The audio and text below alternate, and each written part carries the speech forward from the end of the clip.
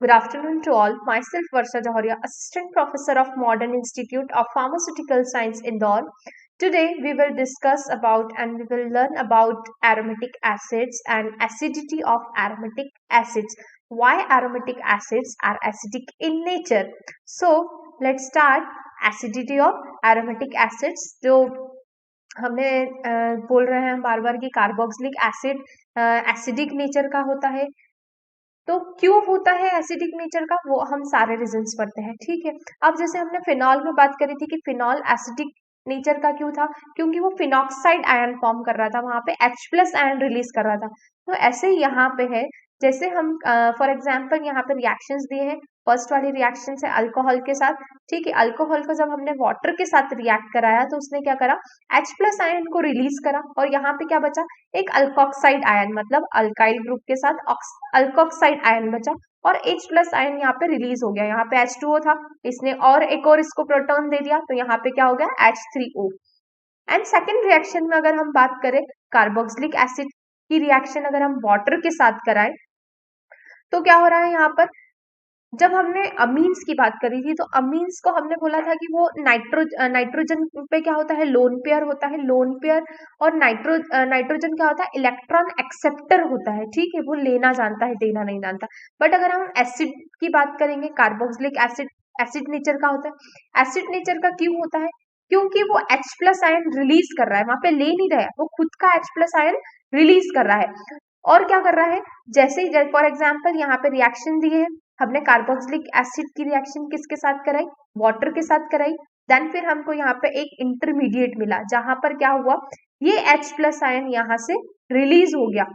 ठीक है, और यहाँ पे हमको स्ट्रक्चर क्या मिला, RC double bond O and ROC double bond O। ठीक है, मतलब यहाँ पे हमको अल्कोक्साइड आयन मिले। अब यहाँ पे क्या है, ऑक्सीजन पे लोन पेयर प्रेजेंट है। ठीक है, यहाँ पे एक्स्ट्रा इलेक्ट्रॉन्स प्रेजेंट है जो शेयरिंग में पार्टिसिपेट है। बट एसिडिक जो कंपाउंड होते हैं या जिनका कंपाउंड एसिडिक होता है, उनका नेचर होता है कि वो हमेशा H+ आयन रिलीज करते हैं। जो जितना तेजी से, जो जितना ज्यादा H+ आयन रिलीज करता है, वो उतना ज्यादा एसिडिक होता है। फॉर एग्जाम्पल यहाँ पे क्या हो रहा है, यहाँ पे कार्बोक्सिलिक आयन फॉर्म हो रहा है, वाटर के साथ रिएक्शन कराई, और इसने यहाँ पे क्या करा, H2O को इसने एक और प्रोटॉन दे दिया। ठीक है, तो यहाँ पे क्या हो गया, H3O। और जब ये प्रोटॉन देगा, मतलब जब ये H+ आयन रिलीज करेगा, तो यहाँ पे क्या हो जाएगा, खुद के पास क्या होता है, माइनस चार्ज आ जाता है। जब भी हम किसी को कुछ देते हैं, मतलब ऑक्सीजन ने अगर उसको एक H+ आयन दिया तो खुद पर नेगेटिव चार्ज आएगा, और अदर वाले पे पॉजिटिव चार्ज। अगर उसके पास प्लस हो रहा है तो पॉजिटिव चार्ज, और उसके पास से क्या हो रहा है, एक प्रोटॉन माइनस हो रहा है, तो यहाँ पर क्या होता है, माइनस चार्ज यहाँ पे आ जाएगा ऑक्सीजन पे। तो क्या होता है, जो जितना तेजी से H+ आयन रिलीज करता है, वो उतना ज्यादा एसिडिक होता है। ऐसी अगर हम बात करें कार्बोक्सिलिक एसिड की, तो हमने यहाँ पे देखा कार्बोक्सिलिक एसिड में से उसने क्या करा, अपने H+ आयन को इजीली डिनोट कर दिया या इजीली रिलीज कर दिया, इसलिए वो एसिडिक है। अब रिलीज कौन करेगा, जो पहले से खुद इलेक्ट्रॉन रिच होगा, अदरवाइज वो डोनेट नहीं कर सकता। ऐसा होता है ना, जो अगर जो जितना ज्यादा रिच होगा वो उतने ज्यादा H+ आयन रिलीज कर सकता है। अगर किसी के पास है ही नहीं है तो वो कर नहीं सकता। अगर किसी के पास कम है तो वो कम उसके अकॉर्डिंग H+ आयन रिलीज करेगा। मतलब कैपेबिलिटी डिफाइन करती है कि वो कितने H+ आयन रिलीज कर सकते हैं और कितनी तेजी से H+ आयन रिलीज कर सकते हैं। जो जितने ज्यादा H+ आयन रिलीज करेगा वो उतना ज्यादा एसिडिक होगा। फॉर एग्जाम्पल यहाँ पे ऑक्सीजन पे क्या है, लोन पेयर है। ठीक है, इसने यहाँ दे दिया, फिर भी इसके पास बहुत सारे इलेक्ट्रॉन्स है, जिसके कारण यहाँ पे ये स्टेबल फॉर्म में है। अब स्टेबल फॉर्म में है, अब हमने रेजोनेंस के बारे में सुना है कि अगर लोन पेयर होगा तो रेजोनेंस होगा, डबल बॉन्ड होगा तो रेजोनेंस होगा। ठीक है, तो यहाँ पे क्या होता है, ये माइनस चार्ज, यहाँ पे इसने क्या करा, H+ आयन दे दिया, और यहाँ पर क्या होगा, माइनस चार्ज आ गया।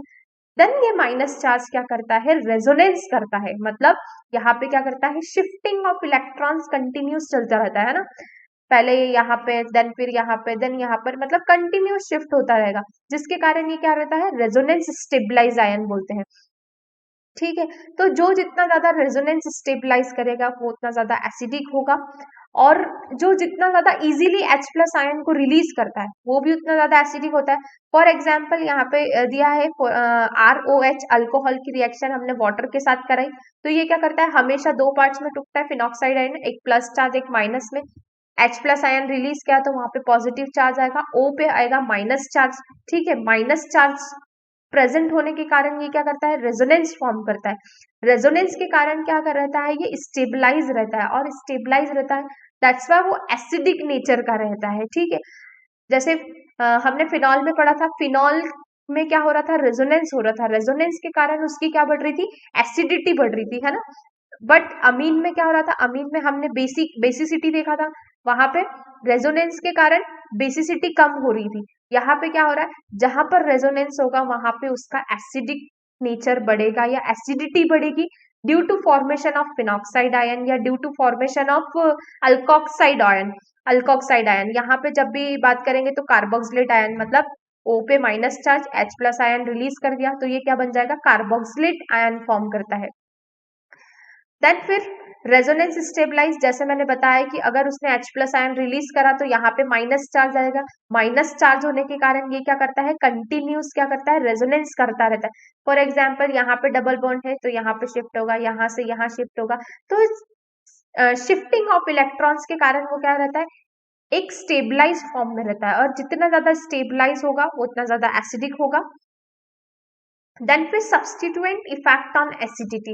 अब फिनॉल में याद करो कि इलेक्ट्रॉन विड्रॉइंग ग्रुप की वजह से उसकी एसिडिटी बढ़ रही थी, और बेसिसिटी में किसकी वजह से अमीन्स की जब बात करी थी तो अमीन्स की बेसिसिटी बढ़ रही थी किसके कारण, इलेक्ट्रॉन डोनेटिंग ग्रुप के कारण। इलेक्ट्रॉन डोनेटिंग ग्रुप क्या कर रहे थे, उसकी बेसिसिटी को इंक्रीज कर रहे थे, और वहां पे इलेक्ट्रॉन विड्रॉइंग ग्रुप उसकी बेसिसिटी को डिक्रीज कर रहे थे। तो यहाँ पे कंपेयर करो कि मतलब अगर यहाँ पे इलेक्ट्रॉन विड्रॉइंग ग्रुप होगा तो वो क्या करेगा, उसकी बेस एसिडिटी को इंक्रीज करेगा। अगर इलेक्ट्रॉन डोनेटिंग ग्रुप यहाँ पे अटैच कर दिया जाए तो एसिडिटी को डिक्रीज करेगा, बट अगर इलेक्ट्रॉन डोनेटिंग ग्रुप होंगे तो उसकी एसिडिटी को वो इंक्रीज करता है। अब इलेक्ट्रॉन विड्रॉइंग ग्रुप कौन कौन से होते हैं, for example chlorine, fluorine, bromine, iodine, these are all examples of electron withdrawing group. So अगर हम हमारे कार्बोक्सिलिक एसिड में या कोई भी एसिडिक ग्रुप में अगर इलेक्ट्रॉन विड्रॉइंग ग्रुप जोड़े, जो क्या करता है, इलेक्ट्रॉन डेंसिटी को क्या कर रहा है, कम कर रहा है। ठीक है, अगर इलेक्ट्रॉन डेंसिटी मतलब उसने क्या करा, फॉर एग्जाम्पल यहाँ पे COOH है, इसने क्या करा, H प्लस आयन को रिलीज कर दिया, और यहाँ पे क्या बचा, सिर्फ C डबल बॉन्ड O मतलब कार्बोक्सिलेट आयन बचा, खुद का वजन कम करा, मतलब इलेक्ट्रॉन डेंसिटी को कम करा। मतलब यहाँ पे क्या हो रहा है, माइनस आई इंडक्टिव इफेक्ट। मैंने बताया था अगर इलेक्ट्रॉन प्लस हो रहा है मतलब स्ट्रेंथ बढ़ रही है, एडिशन हो रहा है, तो प्लस आई इफेक्ट, माइनस हो रहा है मतलब सब्सट्रैक्शन हो रहा है तो माइनस आई इफेक्ट, और माइनस आई इफेक्ट मतलब उसकी इलेक्ट्रॉन डेंसिटी कम हो रही है, प्लस आई आई इफेक्ट मतलब इलेक्ट्रॉन डेंसिटी बढ़ रही है। तो वहां पे हमने बात करी थी इलेक्ट्रॉन डेंसिटी जितनी बढ़ रही थी उतनी ज्यादा उसकी अमीन की बेसिसिटी बढ़ रही थी। यहाँ पे हम बात करेंगे जितनी कम इलेक्ट्रॉन डेंसिटी होगी उतना ज्यादा कार्बोक्सिलिक एसिड या कोई भी एसिडिक ग्रुप उतना ज्यादा एसिडिक होगा। तो यहाँ पे हमारे इलेक्ट्रॉन विड्रॉइंग ग्रुप है, क्लोरीन, फ्लोरीन, ब्रोमीन, जितने भी हैलोजेनेटेड एटम्स है वो हमारे इलेक्ट्रॉन विड्रॉइंग ग्रुप है। अगर हम किसी भी एसिडिक ग्रुप में इलेक्ट्रॉन विड्रॉइंग ग्रुप ऐड करें तो उसकी एसिडिटी को वो इंक्रीज करता है ना, और जितने ज्यादा इलेक्ट्रॉन विड्रॉइंग ग्रुप होंगे उतनी उसकी ज्यादा एसिडिक नेचर होगा। फॉर एग्जाम्पल यहाँ पे एसिटिक एसिड लिया और यहाँ पे एक क्लोरो ग्रुप है, यहाँ पे दो क्लोरो ग्रुप है, अब तीन क्लोरो ग्रुप है। ठीक है, चार चार अलग अलग स्ट्रक्चर है, जहां पर हमने एक में एक भी क्लोरो ग्रुप नहीं है, दूसरे में एक है, तीसरे में दो है, डाइक्लोरो एसिटिक एसिड जिसको बोल रहे हो, तीसरे में तीन क्लोरो है। अब फॉर एग्जाम्पल अगर अमीन को याद करो, अमीन में अगर हम जितने ज्यादा इलेक्ट्रॉन डोनेटिंग ग्रुप ऐड कर रहे थे उतनी ज्यादा उसकी बेसिसिटी इंक्रीज हो रही थी। अगर हम ऐसी कार्बोक्सिलिक एसिड में या किसी भी एरोमेटिक एसिड्स या एसिड्स की बात करें तो यहाँ पे एसिडिक नेचर क्यों बढ़ रहा है, उसके इलेक्ट्रॉन विड्रॉइंग ग्रुप के कारण है ना। तो जितने ज्यादा इलेक्ट्रॉन विड्रॉइंग ग्रुप हम लगाएंगे उतनी ज्यादा उसकी एसिडिटी इंक्रीज होगी। अगर हम इसकी जगह इलेक्ट्रॉन डोनेटिंग ग्रुप लगा दें तो उसकी एसिडिटी डिक्रीज होगी। जहां अमीन्स में इलेक्ट्रॉन डोनेटिंग की वजह से उसकी बेसिसिटी क्या हो रही थी, इंक्रीज हो रही थी, यहाँ पे एसिडिटी को वो क्या करेगा, इंक्रीज करेगा, और बेसिसिटी। तो ऐसे ही यहाँ पे जितने electron donating group electron withdrawing group होंगे उतनी ज्यादा उसकी एसिडिटी इंक्रीज होगी। यहाँ पे पीके वैल्यू दिए, जितनी कम पीके वैल्यू होगी, मतलब जितनी माइनस में पीके वैल्यू होगी उतना ज्यादा वो एसिडिक नेचर का होगा। फॉर एग्जाम्पल देखो एसिटिक एसिड है यहाँ पे, है ना, एसिटिक एसिड है CH3COOH, हमने फॉर्मूला पढ़ा है, उसका पीके वैल्यू है 4.74। देन फिर यहाँ पे क्या है, क्लोरो एसिटिक एसिड, मैंने बताया जितना कम पीके वैल्यू उतना ज्यादा एसिडिक, और जितने ज्यादा इलेक्ट्रॉन विड्रॉइंग ग्रुप उससे अटैच है उतनी उसकी एसिडिटी रहेगी। तो सेकंड में एक क्लोरो ग्रुप है, उसका पीके वैल्यू है 2.86, मतलब इससे ज्यादा एसिडिक ये है क्लोरो एसिटिक एसिड, क्योंकि यहाँ पे इलेक्ट्रॉन विड्रॉइंग ग्रुप है। देन फिर इससे ज्यादा एसिडिक है हमारा डाइक्लोरो एसिटिक एसिड, क्योंकि यहाँ पे 2 इलेक्ट्रॉन विड्रॉइंग ग्रुप है। फिर सबसे ज्यादा एसिडिक होगा ट्राइक्लोरो एसिटिक एसिड, क्योंकि यहाँ पे तीनों हाइड्रोजन की जगह पे क्लोरो ग्रुप लगा है। क्लोरो ग्रुप मतलब इलेक्ट्रॉन विड्रॉइंग ग्रुप की वजह से उसकी एसिडिटी इंक्रीज हो रही है। और यहाँ पे क्या हो रहा है, सबसे कम इसका पीके वैल्यू है, मतलब जितना कम पीके वैल्यू होगा उतना ज्यादा स्ट्रॉन्ग एसिड्स होगा, और जितना मतलब अगर ज्यादा पीके वैल्यू तो वीक एसिड्स होगा। और अगर हम एरोमेटिक एसिड्स की बात करें तो एरोमेटिक एसिड्स का भी है, फॉर एग्जांपल पैरामिथॉक्सी बेंजोइक एसिड, ये benzoic acid, nitrobenzoic acid, para nitrobenzoic acid, और ऑर्थो ऑर्थो मेटा पैरा। अब पोजीशन भी डिपेंड करती है कि किस जगह पर हमारा सब्सटीट्यूशन हो रहा है, मतलब ऑर्थो पे हो रहा है, मेटा पे हो रहा है, पैरा पे हो रहा है। तो इसकी पीके वैल्यू देखें हम पहले, इस फर्स्ट पैरामिथॉक्सी बेंजोइक एसिड की पीके वैल्यू है 4.46। देन फिर बेंजोइक एसिड की है 4.19, मेटा की है 3.47, पैरा की है 3.41। मतलब जितना कम पीके वैल्यू उतनी ज्यादा स्ट्रॉन्ग एसिड है वो। और यहाँ पे मेटा पैरा और ऑर्थो में अगर कंपैरिजन करें तो हम ऑर्थो पे क्या हो रहा है, सबसे ज्यादा क्या है, ऑर्थो सबसे ज्यादा एसिडिक है। अब क्यों है एसिडिक, अगर हम इलेक्ट्रॉन विड्रॉइंग की ग्रुप में बात करें, NO2 is also electron withdrawing group, ठीक है। तो अगर हम कंपैरिजन करें, स्ट्रक्चर तो सेम है, यहीं पर ये बेंजीन भी वही है, COOH कार्बोक्सिलिक एसिड ग्रुप भी वही है, नाइट्रोजन भी वही है, बट पोजीशन में चेंज आ रहा है। तो पोजीशन में चेंज आने के कारण क्या हो रहा है, उसकी पीके वैल्यू में चेंज आ रहा है। पीके वैल्यू में चेंज क्यों आ रहा है, क्योंकि देखो कार्बोक्सिलिक एसिड है, यहाँ पे क्या है, ये अपना की पॉइंट मान लिया, ये ऑर्थो है, ये मेटा है, ठीक है, बट यहाँ से ये थोड़ा दूर, मतलब first position second third position पे लगा है, ये फोर्थ पोजीशन पे लगा है। देन ये इसके सबसे, मतलब जो सबसे नियरेस्ट होगा, मतलब अगर कार्बोक्सिलिक एसिड यहाँ पे है, देन नाइट्रो ग्रुप यहाँ पे लगा है, मतलब इलेक्ट्रॉन विड्रॉइंग ग्रुप जितना ज्यादा नियरेस्ट होगा हमारे एसिड ग्रुप से या कार्बोक्सिलिक एसिड से, वो उतना ज्यादा स्ट्रॉन्ग एसिड होगा। मतलब स्ट्रक्चर सेम है, बट यहाँ पे क्या हो रहा है, डिस्टेंस ज्यादा हो रही है।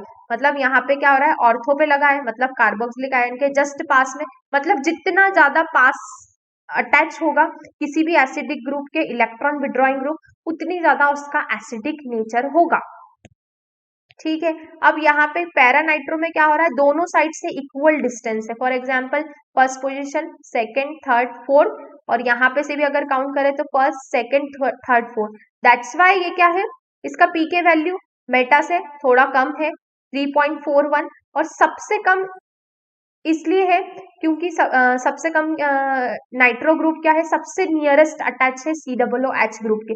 तो सीधा सा मीनिंग है, जो जितने ज्यादा नियरेस्ट होगा एसिड ग्रुप से वो उतना ज्यादा एसिडिक होगा। इलेक्ट्रॉन विड्रॉइंग ग्रुप की वजह से उसकी एसिडिटी इंक्रीज हो रही है।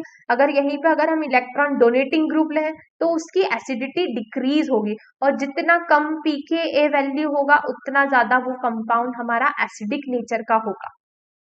Thank you.